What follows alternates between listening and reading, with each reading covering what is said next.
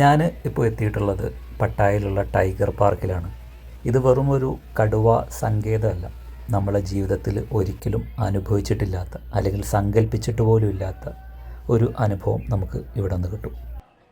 മൃഗശാലകളിൽ കൂട്ടിൽ ഇട്ടിട്ടുള്ളതോ അല്ലെങ്കിൽ നാട്ടിലിറങ്ങിയിട്ട് മനുഷ്യനെ ആക്രമിച്ചു എന്നൊക്കെ പറയുന്ന കടുവകളുടെ കഥകളല്ലേ നമ്മൾ ഇതുവരെ കേട്ടിട്ടുള്ളത്. ആ ധാരണകളൊക്കെ മാറ്റിമറിക്കുന്ന കാഴ്ചകളാണ് നമുക്ക് ഇവിടെയുള്ളത്. ഞാൻ ടിക്കറ്റ് എടുത്ത ശേഷം അതിന് അകത്ത് പ്രവേശിച്ചു.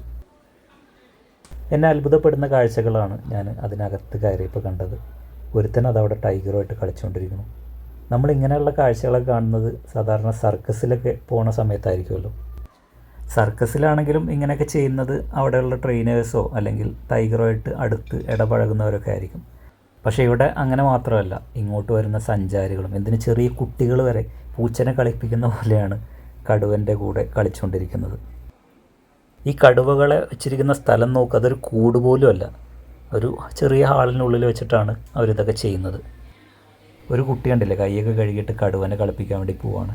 അതിൻ്റെ എന്തെങ്കിലും ഭയം ആ കുട്ടിയുടെ പെരുമാറ്റത്തിലുണ്ടോ നോക്കിയേ. ഇതിനകത്ത് പലതരത്തിലുള്ള കടുവകളുണ്ട് കേട്ടോ. ഇതിൻ്റെ വലുപ്പം അനുസരിച്ചിട്ടാണ്. ചെറിയ കടുവകളുണ്ട്, അതുപോലെ മീഡിയം സൈസിലുള്ള കടുവകൾ, പിന്നെ വലിയ കടുവകൾ. ഇങ്ങനെ 3 കാറ്റഗറി ആയിട്ടാണ് ഇതിനകത്തുള്ളത്. ഞാൻ ആ വഴിയിലൂടെ അങ്ങ് നടന്നുകൊണ്ടിരിക്കുന്ന സമയത്ത് സൈഡിലൊക്കെ ആളുകൾ ഇങ്ങനെ കടുവയായിട്ട് കളിച്ചുകൊണ്ടിരിക്കുന്നത് കാണുന്നുണ്ട്. അതൊക്കെ ചെറിയ കടുവകളാണ്. അപ്പോൾ നമുക്ക് ഊഹിക്കാൻ പറ്റും ചെറിയ കടുവകളായതുകൊണ്ട് ആക്രമിക്കൊന്നും ഉണ്ടാവില്ല എന്ന്. ചെറിയ കടുവകളുടെ അടുത്ത് ചെന്ന് കളിക്കാൻ എനിക്കൊരു ത്രില്ലില്ല. അതുകൊണ്ട് വലിയ കടുവയാണ് ഞാൻ ചൂസ് ചെയ്തത്. ഇവിടെ അത് എഴുതി വെച്ചുകൊണ്ടു ബിഗ് ജയൻ്റ് എന്ന്. അപ്പോൾ ഇവിടെ ആയിരിക്കും വലിയ കടുവകളുള്ളത്. ഞാൻ അകത്തേക്ക് കയറാൻ പോവാണ്. ഉള്ളിൽ ചെറിയ പേടി ഇല്ലായികയില്ല. When you go in the cage, you can touch tiger only back side, don't touch the front side this, and stand behind, don't stand at the front tiger, okay? And follow start or time, don't walk alone in the cage. Your mobile you can allow inside, but please without flash, and please no calling, no video call.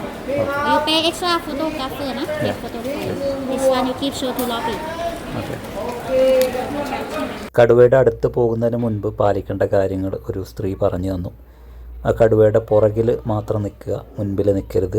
Mobile use ചെയ്യാം, പക്ഷേ flash ഉപയോഗിക്കരുത്. കോളും video കോളൊന്നും ചെയ്യരുത്. അങ്ങനെയുള്ള കാര്യങ്ങളൊക്കെയാണ് പറഞ്ഞത്. ഉള്ളിൽ ചെറുതായിട്ട് പേടിയൊക്കെ ഉണ്ടെങ്കിലും ഞാൻ ഭയങ്കര എക്സൈറ്റഡ് ആയിരുന്നു എന്ന് വേണം പറയാൻ.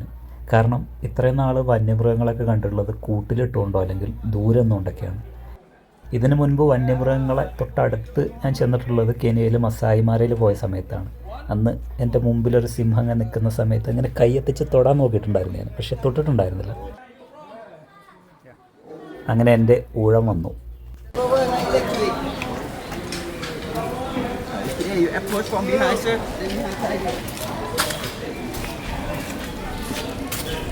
കടുവയുടെ പുറകിൽ ചെന്ന് നിൽക്കാൻ പറഞ്ഞു എന്നോട്.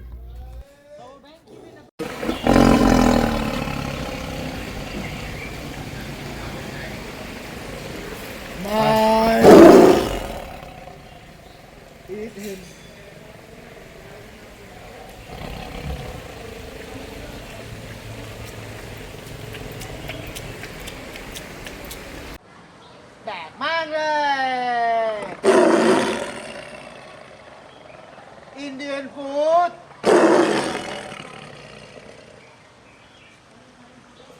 ഇത് ഫോട്ടോഷോപ്പും AI ഒന്നും അല്ല കേട്ടോ, ഒരു കടുവയാണ് എൻ്റെ അടുത്ത് നിൽക്കുന്നത്. Dancing.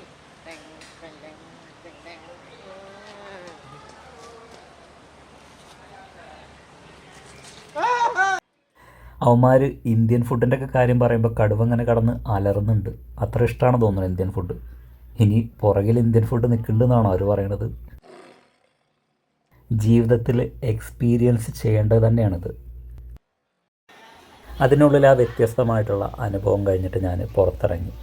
നമ്മൾ സിനിമകളിലൊക്കെ സാധാരണ കടുവകളെ അപകടകാരികളായിട്ടുള്ള കൊലയാളികളൊക്കെ ആയിട്ടല്ലേ കാണുന്നത്. പക്ഷേ ഇവിടെ അതൊരു വലിയ ഭീമൻ പൂച്ചയെ പോലെ ശാന്തമായിട്ടാണ് എനിക്ക് തോന്നിയത്. എത്ര ഫ്രണ്ട്ലി ആയിട്ടുള്ള അനിമലാണെന്ന് നോക്ക് കടുവ. ഇതിൻ്റെ കാരണം എന്താണെന്ന് വെച്ചാൽ ഇവിടെയുള്ള ട്രെയിനിങ് തന്നെയാണ്. ഇവിടെയുള്ള കടുവകൾ എങ്ങനെയാണെന്ന് വെച്ചാൽ കാട്ടിൽ നിന്ന് പിടിച്ചുകൊണ്ട് വന്ന അപകടകാരികളായിട്ടുള്ള കടുവകളല്ല. ഇവിടെ ജനിച്ച് വളരുന്ന കടുവകളാണിത്. ഇവിടെയുള്ള കടുവ കുട്ടികൾ ജനിച്ചത് മുതൽ മനുഷ്യരെ കണ്ടുകൊണ്ടാണ് വളരുന്നത്. മനുഷ്യർ അവരുടെ ഒരു ശത്രുവല്ല എന്ന ബോധം അവരുടെ മനസ്സിലേക്ക് കടന്നു ചെല്ലുകയാണ്. പിന്നെ കൃത്യമായിട്ടുള്ള ഭക്ഷണം, വിശ്രമം, പരിശീലനം എല്ലാം ഇവിടെ നിന്ന് ഇവർ കൊടുക്കുന്നുണ്ട്. നമ്മൾ കാണുന്നതും മനസ്സിലാക്കുന്നതും മാത്രമല്ല സത്യങ്ങൾ, അതിന് അപ്പുറമുള്ള കാര്യങ്ങളുണ്ട്. ഈ കടുവകൾ സ്വാഭാവികമായിട്ട് ആക്രമണകാരികളല്ല. കാരണം അവർ വേട്ടയാടാൻ വേണ്ടിയിട്ടോ അല്ലെങ്കിൽ പ്രതിരോധത്തിനൊക്കെ വേണ്ടിയിട്ടാണ് ആക്രമിക്കുന്നത്. പക്ഷെ അവർക്ക് നല്ല വിശ്രമവും ഭക്ഷണവും പരിശീലനമൊക്കെ ലഭിച്ചതാണെങ്കിൽ അവരൊരിക്കലും ആക്രമണകാരികളാവില്ല.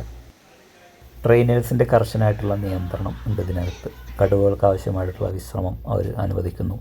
അതുപോലെ ഈ കടുവകളുടെ മാനസികാവസ്ഥ വരെ ഇവർക്ക് വായിക്കാൻ കഴിയുമത്രേ. ഇത് കണ്ടില്ല, ഒരു പ്രത്യേക നിറത്തിൽ കടുവ, വെള്ള നിറമായിട്ട്. സാധാരണ നമ്മൾ കണ്ടിട്ടുള്ളത് വരയുള്ളതാണല്ലോ കടുവകൾ. ഇത് വൈറ്റ് ടൈഗറാണത്രേ. റെയറായിട്ടുള്ള ഒരു വിഭാഗമാണെന്നാണ് പറയുന്നത്. ചില കടുവകളെ കൂടിൻ്റെ ഉള്ളിൽ അടച്ചിട്ടതായിട്ട് കണ്ടു. ഒരുപക്ഷെ അത് അത്രത്തോളം മനുഷ്യരായിട്ട് ഇടപഴകാത്തതോ അല്ലെങ്കിൽ ഫ്രണ്ട്ലി അല്ലാത്തതോ ആയിരിക്കാം. കൂടിൻ്റെ ഉള്ളിൽ കടന്നിട്ട് നെട്ടോട്ട് വിടുകയാണ് ഈ കടുവ. ആരെങ്കിലും ഒന്ന് തുറന്നു കൊടുത്തിട്ടുണ്ടെങ്കിൽ കേമായി. ഇതിനൊക്കെയാണല്ലോ നമ്മൾ കളിപ്പിക്കേണ്ടത്. കൂടിൻ്റെ ഉള്ളിലേക്ക് വിരലും കൈയൊന്നും ഇടരുതെന്ന് അവിടെ എഴുതി വെച്ചിട്ടുണ്ട്. അതിപ്പോൾ അങ്ങനെ എഴുതി വെച്ചിട്ട് മനസ്സിലാക്കി കൊടുത്തിട്ട് വേണം. ഇനി ആർക്കെങ്കിലും ഇട്ടണമെന്നുണ്ടെങ്കിൽ ഇട്ടോട്ടെ എന്ന്. രാവിലെ പല്ലേക്കുന്ന സമയത്ത് കയ്യിൽ വിരലുണ്ടാവില്ല എന്നല്ലേ ഉള്ളൂ.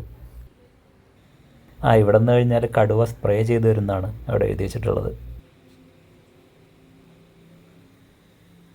സാധാരണ പരമ്പരാഗതമായിട്ടുള്ള മൃഗശാലകളിൽ നമുക്ക് കാണാൻ കഴിയുന്നത് പോലെ കൂട്ടിലിട്ട മൃഗങ്ങളെയാണ്.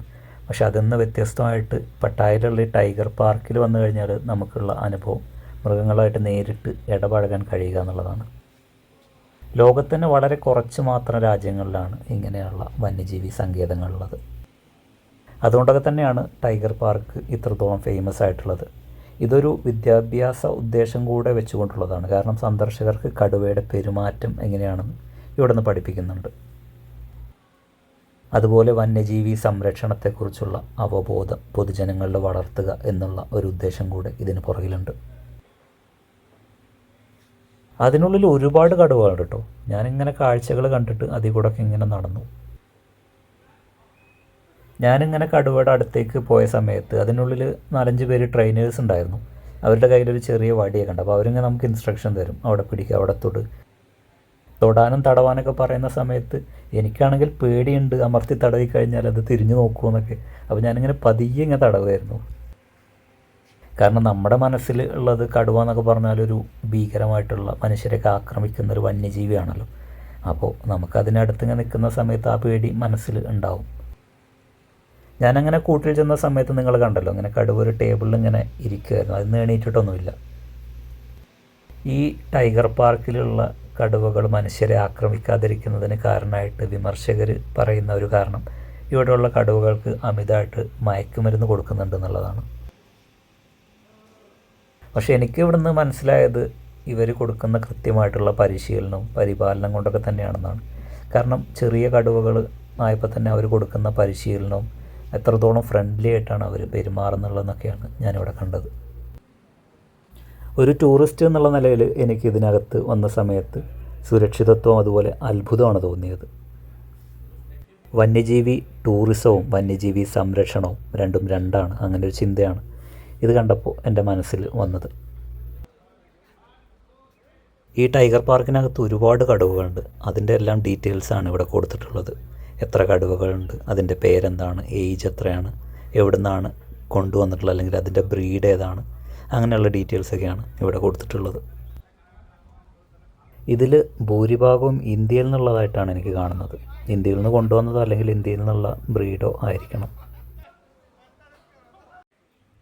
നമ്മുടെ ദേശീയ മൃഗമാണല്ലോ കടുവ. എന്നിട്ടും നമ്മുടെ നാട്ടിൽ ഇങ്ങനെ ഒരു സംവിധാനം ഉണ്ടോയെന്ന് എനിക്കറിയില്ല. ശരിക്കും നമ്മുടെ രാജ്യത്താണ് ഇങ്ങനെയൊക്കെയുള്ള സംരക്ഷണ കേന്ദ്രങ്ങൾ വേണ്ടത്. ഈ ഒരു എക്സ്പീരിയൻസിനായിട്ട് ലോകത്തിൻ്റെ നാനാഭാഗത്തു നിന്ന് ഇങ്ങോട്ട് സഞ്ചാരികൾ വരുന്നുണ്ട്. അതിൽ തന്നെ ഒരുപാട് കുട്ടികളുമുണ്ട്. നമുക്ക് സങ്കല്പിക്കാൻ പറ്റുന്നുണ്ടോ ഇങ്ങനെ കുട്ടികൾ കടുവയുടെ അടുത്ത് നിന്ന് കളിക്കുക എന്നുള്ളതൊക്കെ? അതും കുട്ടികൾ ആദ്യമായിട്ട് കാണുന്ന ഒരു പരിചയമില്ലാത്ത കടുവകളാണ്. എന്നിട്ടും എത്ര ഫ്രണ്ട്ലി ആയിട്ടാണ് അവർ പെരുമാറുന്നത്. ഇവിടെയുള്ള ട്രെയിനേഴ്സിന് അതിന് അപ്രീഷിയേറ്റ് ചെയ്യുക തന്നെ വേണം. ഈ കടുവയുടെ അടുത്ത് തന്നെയാണ് ഞാനും പോയത്. കണ്ടില്ല, അതിൻ്റെ മുൻപിൽ ഇങ്ങനെ ട്രെയിനേഴ്സ് നിൽക്കുന്നത്. കടുവയുടെ ശ്രദ്ധ അതിൻ്റെ മുൻപിലേക്ക് വരുത്താനാണ് അവർ ശ്രദ്ധിക്കുന്നത്. അപ്പം നമ്മൾ പുറകിൽ നിന്ന് ചെന്ന് കഴിഞ്ഞാലും കടുവ അത് അറിയുന്നില്ല, കാരണം കടുവയുടെ ശ്രദ്ധ മുഴുവൻ മുൻപിലാണ്.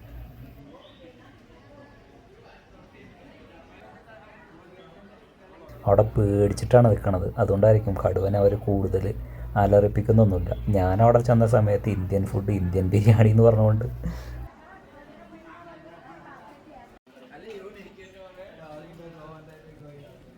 ഞാൻ ടിക്കറ്റ് എടുത്ത സമയത്ത് ഫോട്ടോഗ്രാഫർ ഓപ്ഷൻ കൂടെ ആഡ് ചെയ്തിട്ടാണ് എടുത്തത്. അങ്ങനെ ആകുമ്പോൾ അവരെന്നെ ഫോട്ടോ ഒക്കെ എടുത്തു തരും.